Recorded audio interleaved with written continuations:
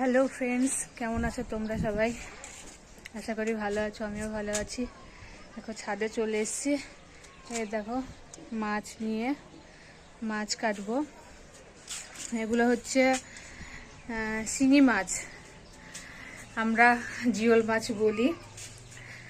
তোমরা কি বলো জানি না, আমরা জিওল মাছ বলি, আর এটাকে শিঙি মাছও বলে।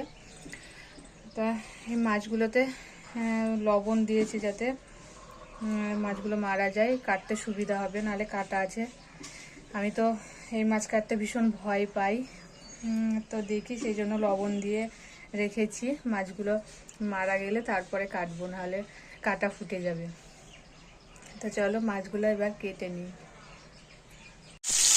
দেখো রান্নাঘরে চলে এসেছি, রান্নাও শুরু হয়ে গেছে। এখানে হচ্ছে মাছ ভাজছি, এখনও বাকি আছে ভাজতে অনেকগুলো। আর এখানে কাঁচা কলার আলু কেটে রেখেছি, কাঁচা কলার আলু দিয়ে শিঙি মাছের ঝোল হবে। কাঁচা কলার আলু দিয়ে সব থেকে ভালো লাগে। তো চলো রান্নাটা করে নিই। চলো তোমাদেরকে আজ আমাদের কুল গাছটা দেখাই।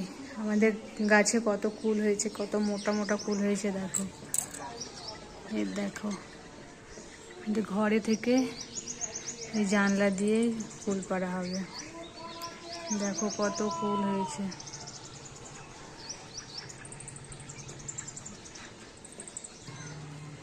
দেখো কত মোটা মোটা হয়েছে কুল।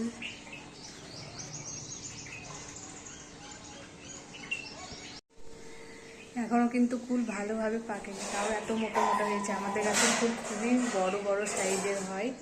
তা সরস্বতী পুজো তো চলে গেল, তাই এখনো পর্যন্ত একটাও এখনো কুল খেয়ে দেখিনি। আজকে দেখবো, ফার্স্ট আজকে কুল পারবো, পেরে খাবো। তো চলো আমিও যখন পারবো পেরে তোমাদের দেখাবো কেমন হয়েছে কুলগুলো। এই দেখো কুল পেরে নিয়ে চলে এলাম। দেখেছো কত মোটা মোটা হয়েছে, কত মোটা মোটা সাইজের। এগুলো কিন্তু এখনো বড় হবে, এখনো ভালোভাবে পাকেনি। আমাদের গাছের কুল সবার ফার্স্টে ধরে এবং পাকে সবার লাস্টে। তো এইগুলো এখন খাবো। তোমাদের কার কার কুল পছন্দ কমেন্টে জানিও। কুল দেখে সবারই হয়তো জিভে জল চলে আসছে, আমারও চলে আসছে কখন খাবো খাবো করে। তো চলো আগে কুলটা খেয়ে নিই। এই যে রান্নাঘরে এখন চা বানাচ্ছি। ছেলে বলছে এখন চা খাবে, এখন বাজে প্রায় 4:30। আমি এখন হাঁটতে যাব, বলছে না আগে চা বানিয়ে দাও, চা খাবো, তারপরে তুমি হাঁটতে যাবো।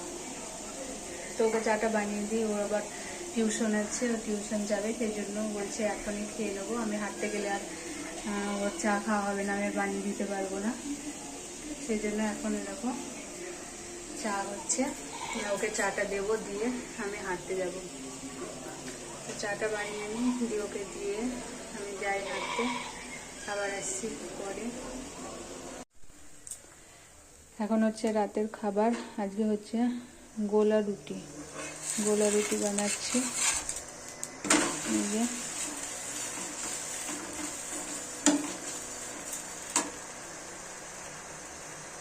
চাটা খেয়ে অনেকক্ষণ বসেছিলাম, একটু লেট করেই বানাচ্ছি, কারণ গোলা রুটি গরম গরম খেলে তবেই ভালো লাগবে, ঠান্ডা হয়ে গেলে ভালো লাগবে না। ছেলে টিউশন গিয়েছে, আসতে একটু দেরি হবে বলে সেই জন্য দেরি করেই বানাচ্ছি, যাতে এসে গরম গরম খেতে পারে।